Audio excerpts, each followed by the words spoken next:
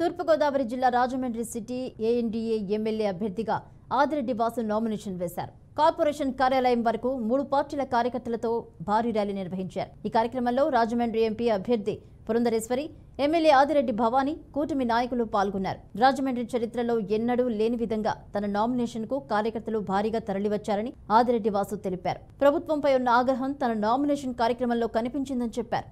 50,000కు పైగా మెజార్టీతో కూటమి అభ్యర్థిగా తాను విజయం సాధించబోతున్నట్లు ధీమా వ్యక్తం చేశారు. సీఎం జగన్ పై ఉన్న ఆగ్రహం కారణంగానే తనకు భారీ మెజార్టీ రాబోతుందని ఆదిరెడ్డి వాసు స్పష్టం చేశారు. రాజమండ్రి చరిత్రలో కని విని ఎరిగిన రీతిలో తెలుగుదేశం, బీజేపీ, జనసేన అభ్యర్థిగా నామినేషన్ వేయడం జరిగింది.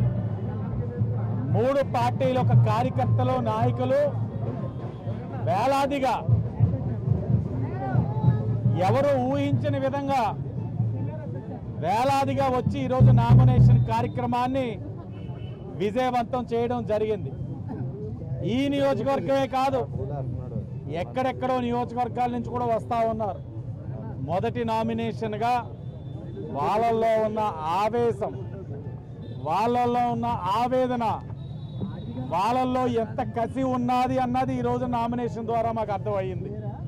రాసి పెట్టుకోండి, వైఎస్ఆర్సీపీ పార్టీ వాళ్ళకి చెప్తా ఉన్నాం, ఈ నియోజకవర్గంలో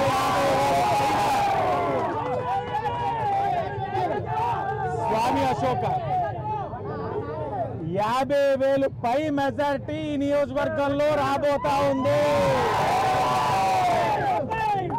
తెలుగుదేశం, బీజేపీ, జనసేన అభ్యర్థిగా నాకు 50,000 కట్టబెట్టడానికి మా వాళ్ళు సిద్ధంగా ఉన్నారు.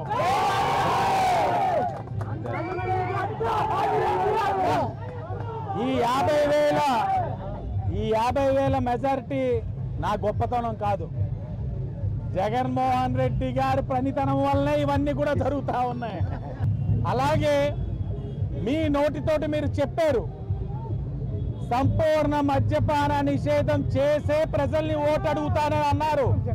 మద్యపాన నిషేధం అయ్యిందా?